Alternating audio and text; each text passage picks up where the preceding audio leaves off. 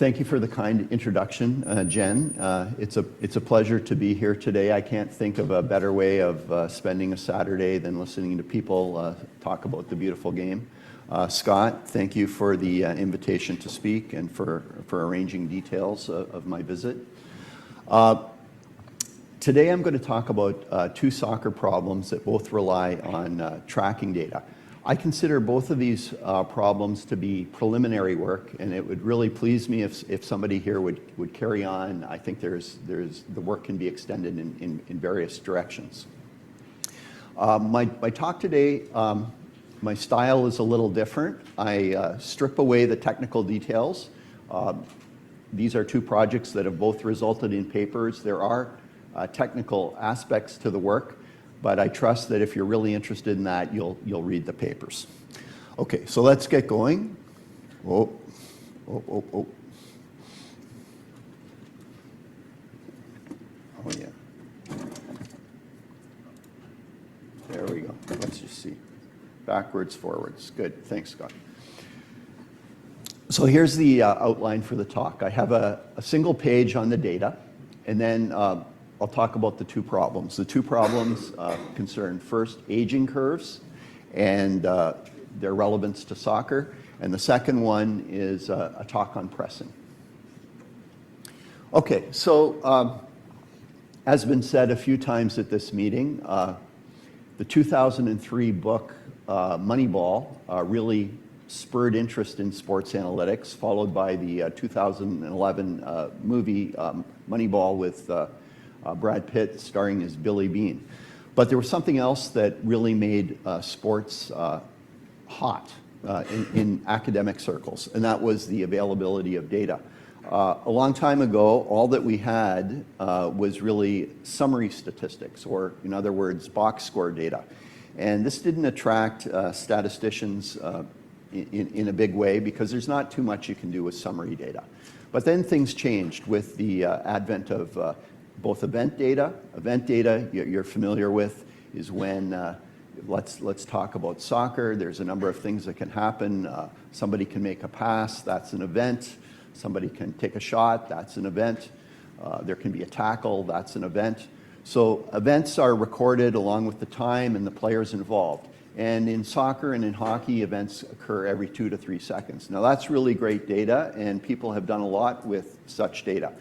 But the Queen Mary of data is tracking data, which we heard a lot about yesterday, and I probably don't really need to explain. Tracking data is spatiotemporal, so we know the location and the time of every player in the pitch with respect to soccer.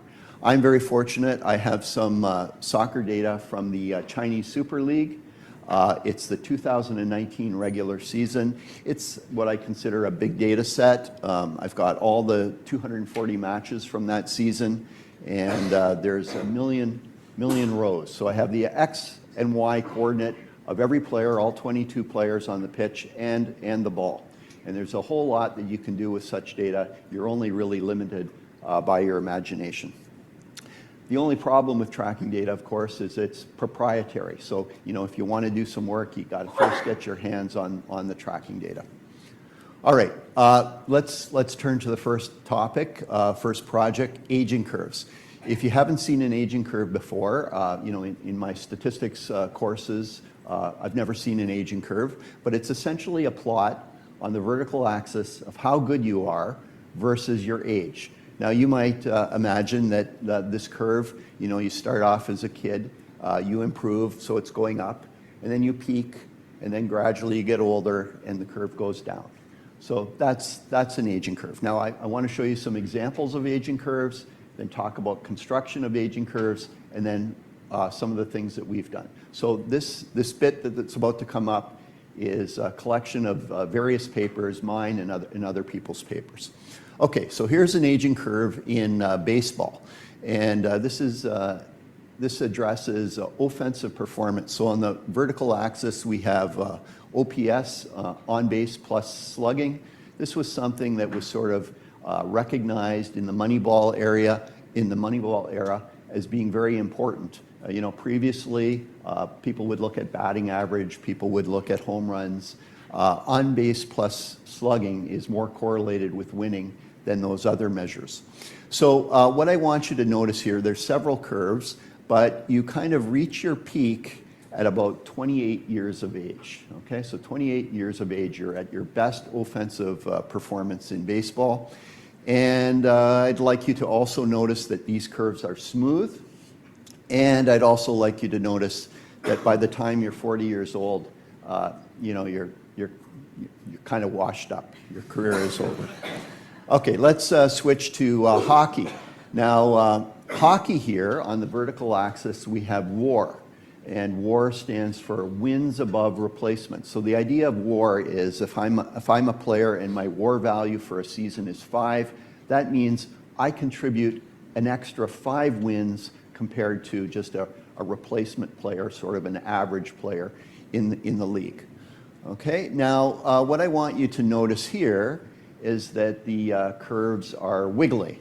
Okay, so this WAR is an offensive, in this case, it's an offensive statistic we're looking at. The curves are wiggly, and this time in hockey, it seems that the players peak at about 24 years of age, so a little earlier than in baseball.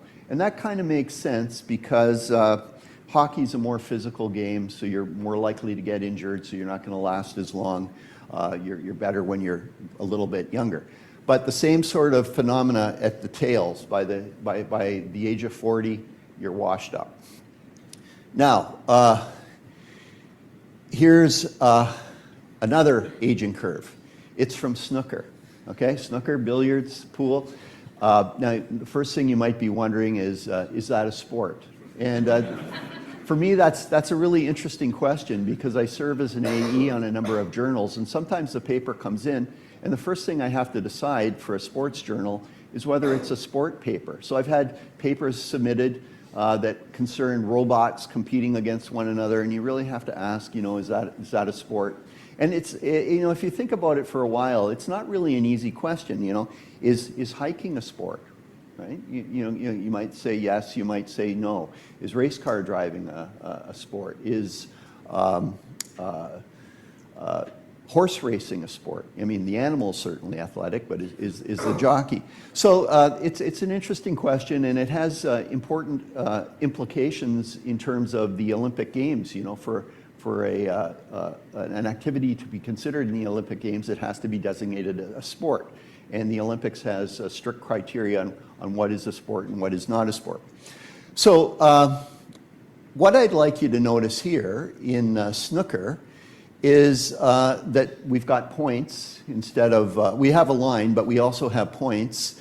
What I'd like you to notice that in hockey and baseball, you're sort of over the hill at 40. In snooker, you're still very, very good. In fact, you're almost at your peak, and you can play snooker for a very long time and still be pretty good. So that's kind of interesting. And here's another sport that may be interesting to you. It's chess. And this one, you know, when do you peak in chess? Maybe in your mid-20s sometime, but you can play chess, it seems, forever if you're a high-level player. So we have all these different aging curves, and these aging curves are not only important for sport, because as a team executive, my concern is roster construction. And so that's the acquisition and retention of players. So I always want to be looking at players and asking myself, are they getting better? Are they getting worse? Are they over the hill? These are important questions in building your roster. But not only is this aging curves prevalent in sport, but they're on all sorts of the social sciences. In the social sciences, you might be interested in language acquisition. So as a little kid, you know, you're a baby, you don't know any words, then you gain more words, and at a certain point it peaks, and as you get older, you start forgetting your words, which is happening to me right now. All right.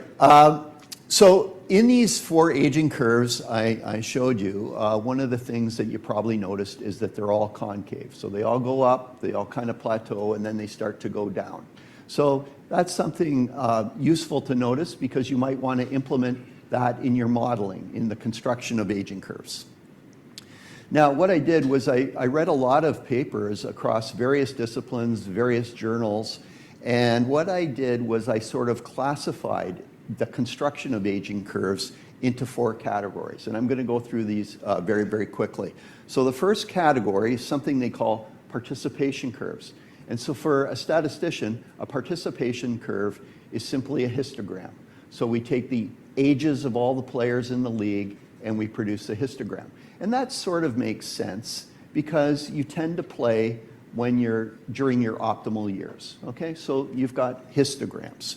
Then what we have are these class of curves which are parametric, non-parametric constructions, so regression constructions. So in these curves, you have an X and Y for players. So X is their age and Y is how good they are. Okay, and so you have got all these points over many, many players, and you somehow plot them and you smooth them, either parametrically. You know, I've seen people use quadratic curves, which is probably not a good idea, cubic curves, and then you can use non-parametric approaches. A little better than that are longitudinal approaches. So these are regression situations where you again have an X and Y, X being your age, Y being how good you are. But the benefit of the longitudinal construction is that we consider correlations. So one player, when he's 25, he's probably going to be similar in his performance at the age of 26. So we would like to take that into account. Those are the longitudinal constructions. Now the fourth construction, I don't mean this to be the best, but it's something called the delta method. And it's not the delta method that we know of in statistics, which involves an approximation to the variance of a function.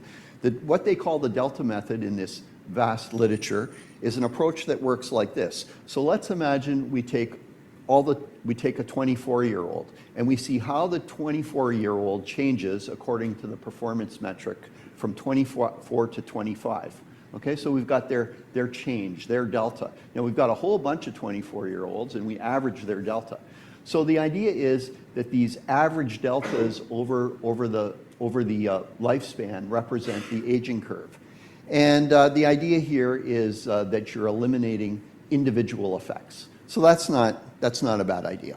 Okay, so that's how the curves are constructed. Doesn't seem very sophisticated, doesn't seem like the type of problem that a data scientist would be interested in. However, even though it's very, very practical, however, there are some remaining issues, and these I think are important issues. First of all, the vertical axis, how good you are. So you saw we used OPS in baseball and we had WAR in hockey, but measuring performance is not an easy thing. So if we think about soccer, for example, something that comes to mind might be scoring goals. But of course, a defender, their responsibility is not scoring goals, so you can't use something like that. What if we are looking at some offensive metric in soccer, and I play on a lousy team, and I don't get any service as a forward? Well, my performance is going to be lower because the metric is teammate dependent and team dependent. And then there's also the luck element to measuring the vertical axis, to having that metric. I could be a forward and it happens that day I hit the crossbar, I hit the goal post, I'm offside by this much. Tiny little things can make big differences in these metrics. So the vertical axis is far from straightforward. And remember, the vertical axis is how good you are. Here's a second issue associated with aging curve. It's how the data are sampled. So if I take everybody in a league, that seems kind of sensible, but there's something called survivorship bias. And let's think about soccer for a moment.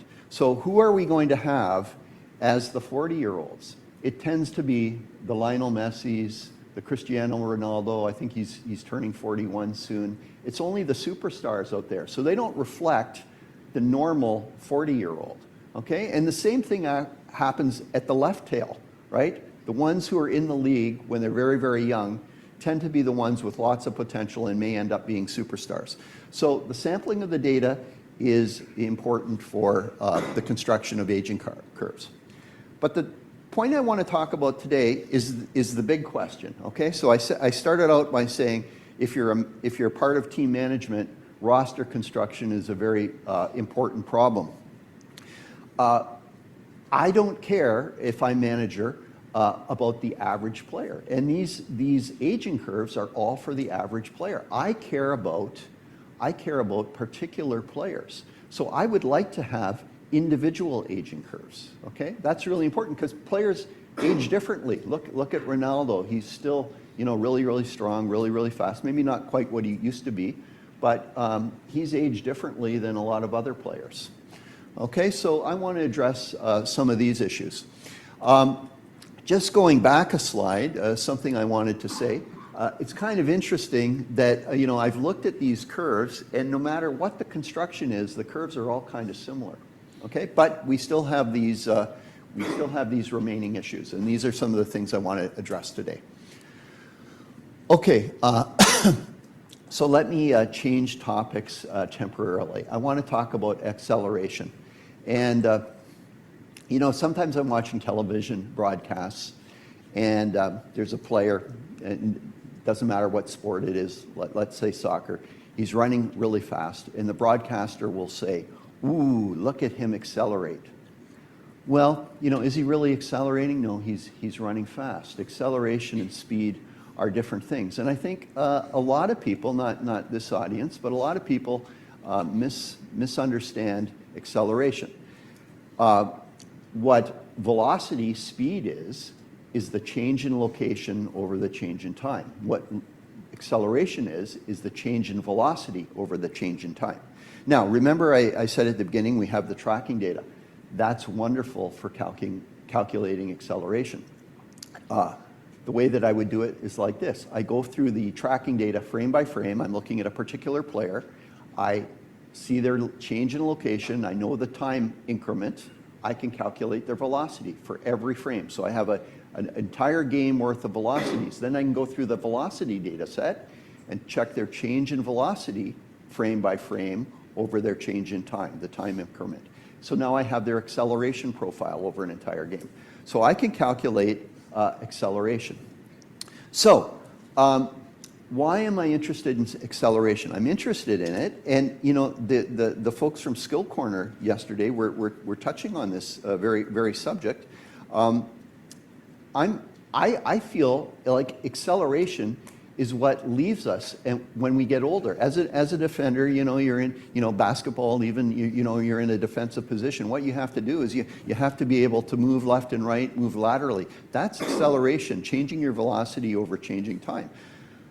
Pep Guardiola, who's the manager of Manchester City, a couple of years ago he was talking about Kyle Walker, who's no longer with Manchester City, but he said, when Kyle's 60 years old, he'll still be the fastest guy in the room.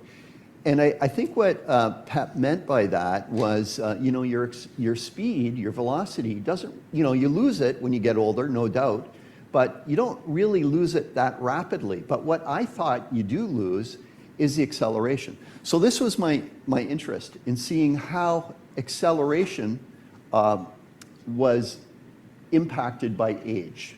That's my interest. So I want an acceleration curve. And also, I want to say that I'm not interested in average acceleration because those of you who watch soccer, you see Messi, and what is he doing?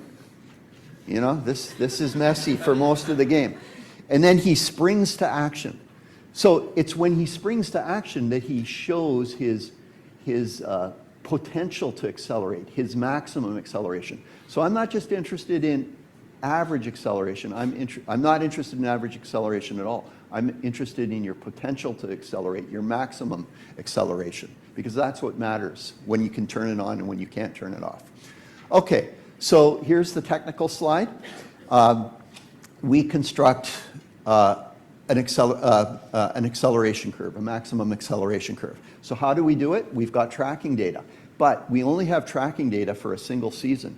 So what I have for each player is I have snippets of data. So I have their change in acceleration. I have them for an entire year, from when they went from 25 to 26 years of age, or when they went from 30 to 31 years of age. So I have this snippet data for each player.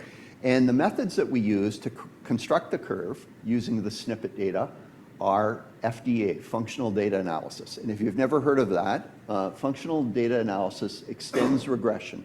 Regression is the smoothing of points. FDA is the smoothing of curves. So here we have curves, short little curves, snippets of curves for every other player. And we smooth them when we do a bunch of stuff, and we get the acceleration curve. Anyway, that's in the paper if you want to read about that. And at the end of the day, there's our acceleration curve. And you look at that and you say, that looks strangely similar to the aging curve. Okay, and so obviously, what do I do? I superimpose the maximum acceleration curve on the aging curve. And what do I get? Oh my goodness, they're almost the same. Okay, so I said that this is preliminary work. I would like somebody to get more data. Like I've got snippet data only for a single season. I'd like somebody to get more data and see if this actually holds true. Maybe there's disagreement in one of the tails.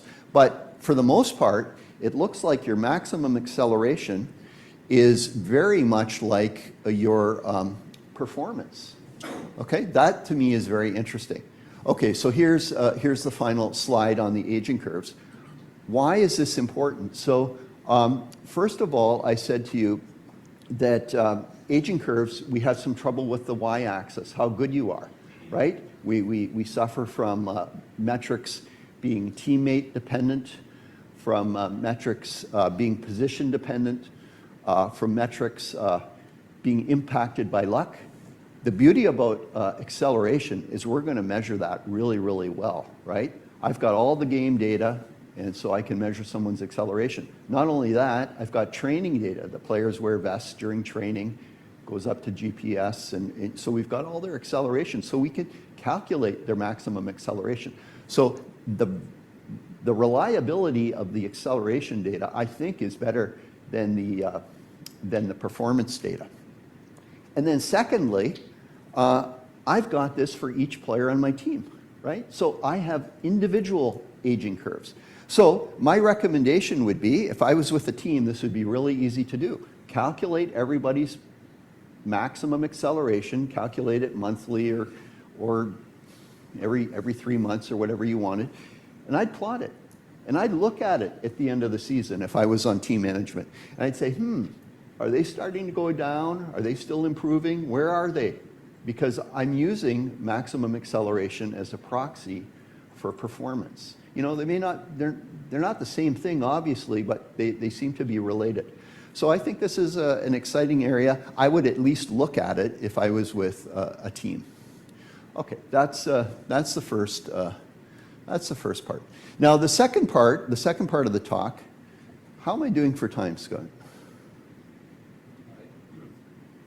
15? 10 minutes of presentation. Okay, 10 minutes. I'll get through this one a little quicker.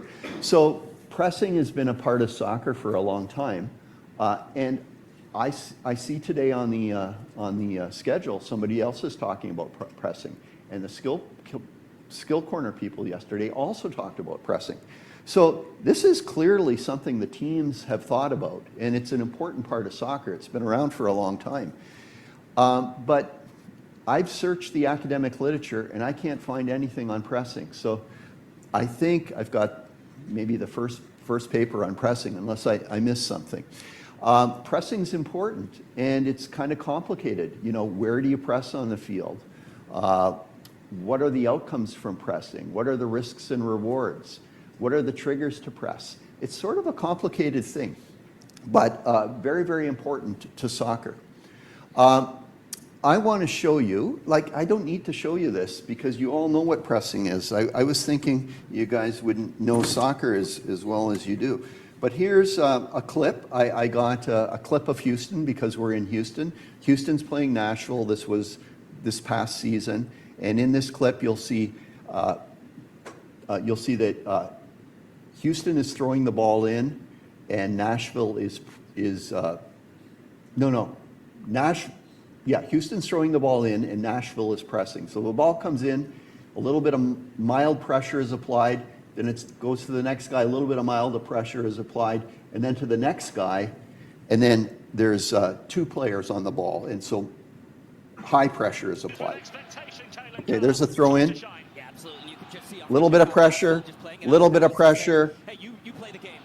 Now, double team and a turnover.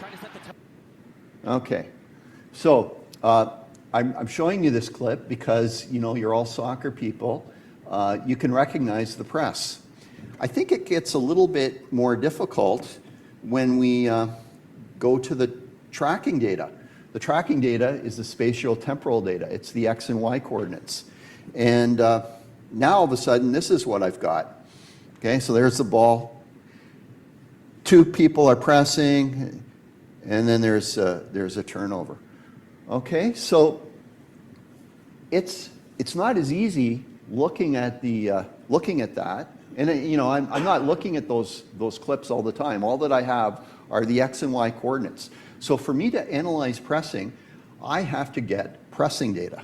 Okay, that's the job. Okay, let's see. Oop. All right, so the only way I'm going to be able to understand pressing is if I have tracking data, because the pressing not only happens here on the person being pressed, it happens on the person over here who's about to receive the ball.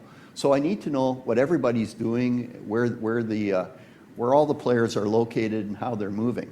So it's tricky. And pressing takes various forms. You've probably heard of counter pressing. Sometimes that's called the Gegenpress. Do we press in the far corner? Do we press when it's a certain score? Do we press when a certain player has the ball? You know, what are all these triggers for pressing? So pressing takes various forms. So coming up with the pressing data, coming up with a definition of pressing is a little bit challenging. So there's much more detail that I have to say than on this slide, but basically we have three heuristics to define pressing and allows us to extract the pressing data from the tracking data. So we're going to start out and require that the person being pressed is in their own defensive third. Okay, now you don't have to do it that way, but that's the way we decided to do it. Now, there has to be pressure on the player. So you have to ask yourself, what does it mean for there to be pressure on a player? Well, for us, what we did is we stipulated that a player has to have someone coming at them quickly. Okay, so quickly and closing them down within a certain amount of time. Okay, so we quantified all that in the paper. And the third thing, this caused us some problems for a while. The pressure has to be from the front of the player. Because if I'm being pressed, if somebody's pressing me from here, and I can just dribble out of pressure, then it's not really a press.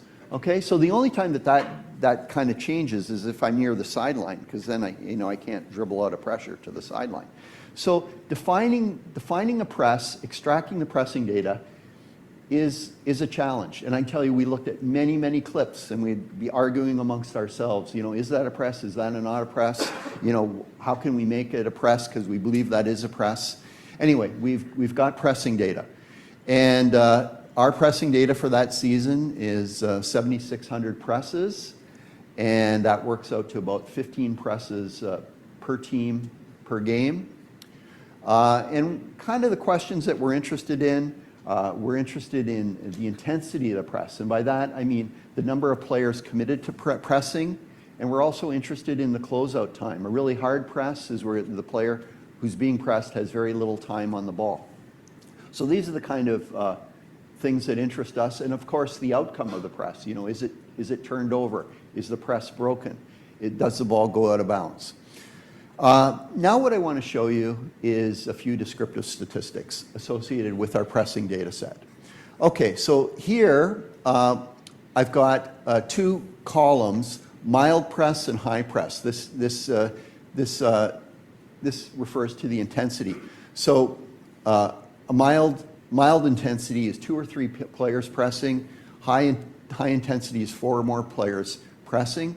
And then we've got the closeout time along the rows, so, you know, according to the amount of time.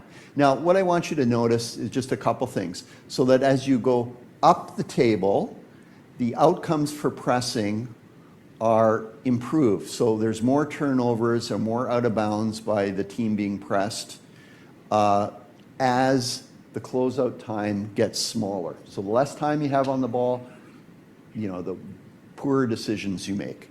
Also, when you go from a mild press to a high press, left to right, obviously you get more turnovers when, look, the turnovers is actually the most significant number. See the number of turnovers for the hard press, 27.8%, when you have 2 or 3 players pressing. When it goes to 4 or more players pressing, it goes up to 41%. So these are all things that are intuitive to the game, right? Less time on the ball, the press team's going to make more mistakes. More players pressing, the press team's going to make more mistakes. All right, here's something a little bit interesting. It's the box plots of the number of presses for each team in the Chinese Super League. And I think on average, most of the teams press the same amount. But what's kind of interesting here is the variability. Each dot is, or each point is the number of presses in a game. There's a lot of variability in the presses in a game. Like there's some games where teams will press 40 times, other games where teams will only press 3, 4, 5 times. Okay? Here's another descriptive statistic. So this is a heat map of turnovers. So the turnovers, it's the density of turnovers. Turnovers occur most frequently in these regions on the left and right. It's kind of nice that you have sort of symmetry here because that would make sense. There's also a pretty high turnover rate right in front of goal. Okay, so that's just a little taste of the descriptive statistics. We did much more than that in the paper, but we also like to do things inferentially to assign some probabilities to things that are of interest to us. And like I said before, we're really interested in the outcomes, whether the press is broken, whether there's a turnover, whether the ball goes out of bounds. So we want to analyze these pressing transitions.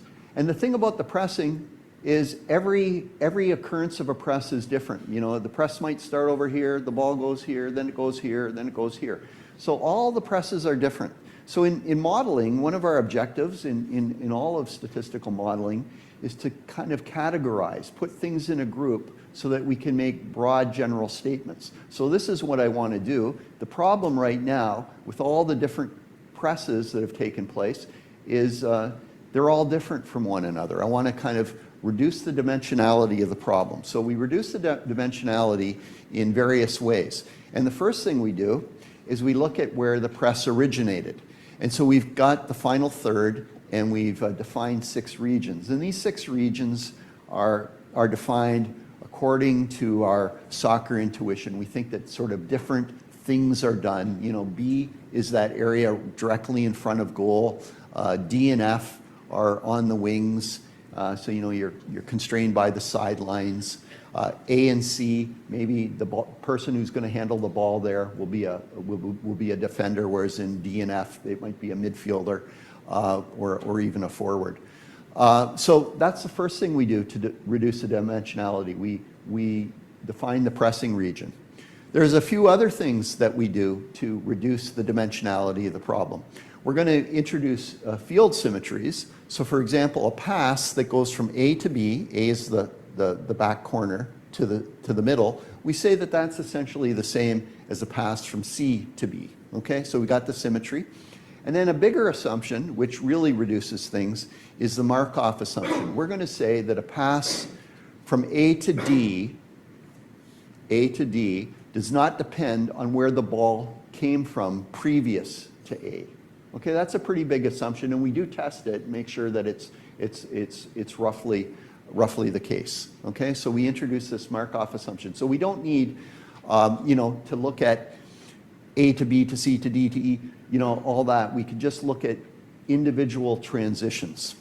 Okay, so I went through that a little bit quickly, but at the end of the day, we've got this transition matrix. So for example, let's look at the very top corner. So this says that the top left corner, so that there were 1,792 transitions, when a player was being pressed in A, that the ball then went to region A. So this is our transition matrix. And we've got these states A, B, D, E. We've reduced the symmetry. You know, there's only four of those regions. And BP, OB, and TO, those are absorbing states. You know, that finishes the press. And BP is, the press is broken press. OB, the ball went out of bounds. And TO, there was a turnover. So we're particularly interested in things like turnovers. When is the ball turned over? Now, for inference, kind of my preference is a Bayesian approach. And I know I'm running out of time, so I won't say much here. But I've got a posterior distribution. The Pij is a probability of a transition from region I to region J. There's a prior distribution here.